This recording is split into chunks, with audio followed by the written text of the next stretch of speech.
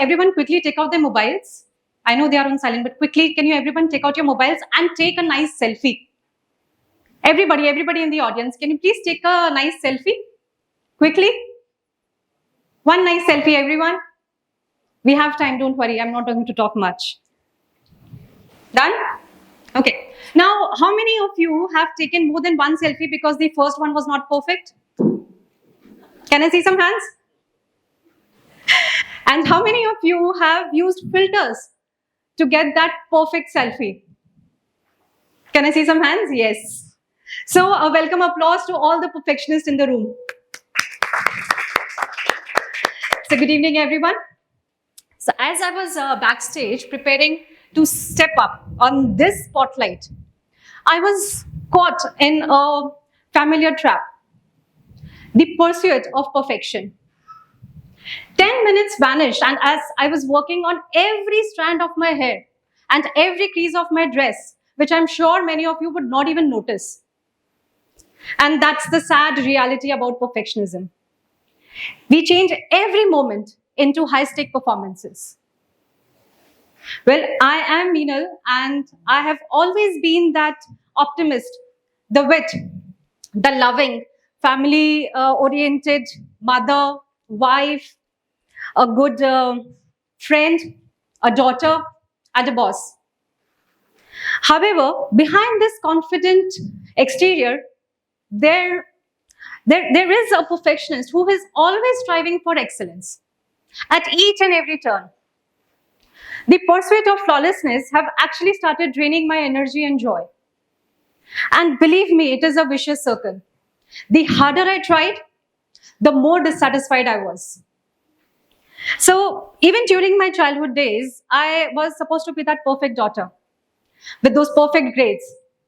One mistake and I used to just start over everything again. And the same practice has now led into the adulthood. I had transformed my entire house into a Pinterest board and have started cooking dishes which is worth a Michelin star. Each and every day, I used to feed my son with my own hands because that is what a perfect mother does. Every single day, I used to pack lunch for my husband because that is the minimum qualification for being that perfect wife. Every day, I used to call my parents because now everyone would acknowledge that I'm the perfect daughter too. So when I started this company of mine, I Consult BSPL, I started going to my office at morning 8:30 rather, micromanaging each and every task and working on each and every draft. Even to the level of that, I used to miss the deadline sometimes. Why? Because it has to be perfect. But behind those closed doors, I was always exhausted. I was always overwhelmed and extremely unhappy. Anxiety, depression, and the continuous pressure to reach the high standards that I have set for myself has started taking a toll on my mental health. Well, then slowly I started thinking about it, and I somehow find that perfection for me was like chasing a unicorn. If I'm able to find it one fine day also, it will still be a horse with a fancy hat. And so I thought now it is a time for me to give it a break.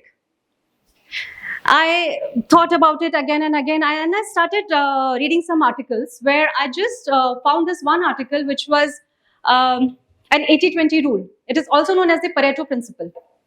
So I started concentrating on 20% of my work, which yielded 80% result, which meant that I have to let go of minor imperfections so that I am able to achieve those things that really mattered.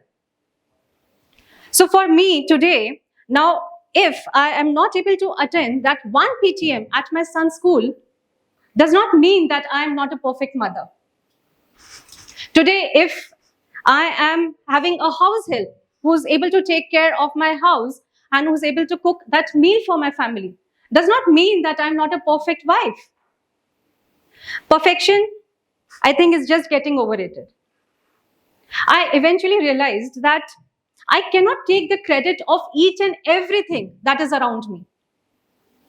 And it is absolutely okay to delegate, because then only I'll be able to concentrate and work on things that I am truly responsible for.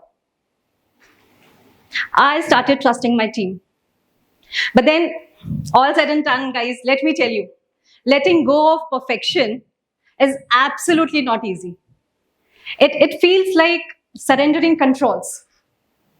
But then, over the time and with practices, I am learning self-compassion. I'm just learning to trust myself. So mistakes for me are now a stepping stones rather than a stopping brick. And comparisons, well, let me tell you, they have become irrelevant because I am just enjoying the journey of being me. Letting go of perfection has actually been liberating. Now I am able to get that time where I'm able to spend that quality time with my family. I'm able to play that game of Ludo with them.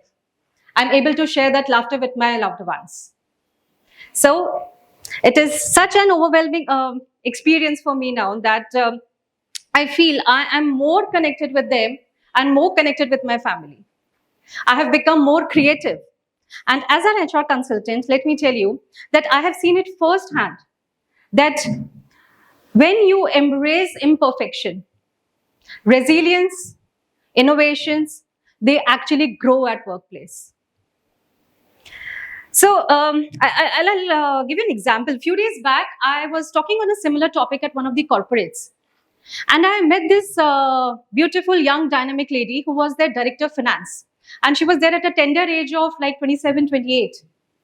So we were just chatting on a cup of coffee, and she mentioned that 2 years back, she wanted to be the director of finance. And when she has reached that place, she is neither happy nor satisfied. I was like, okay. She said that now she wants to become the CFO of the organization. CFO means the number of responsibilities would be like multifolds. And plus, she did mention that she is already burnt out. And this responsibility has already taken a toll on her mental and physical health.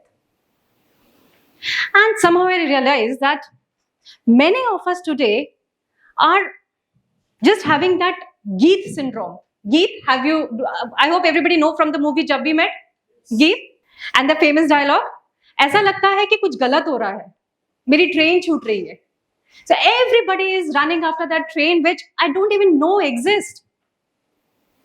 Everybody today is running after that perfect Instagram pic, which we all know that it has a dirty laundry just outside that frame. Everybody today is running after that perfect physique, not a healthy body, even at the cost of multiple supplements. So guys, I would just quote one more example of Victoria Pendleton. Back in 2008, after winning 6 cycling championship titles and 1 Olympic gold, she mentioned in an interview with The Guardian that I am just trying to prove something.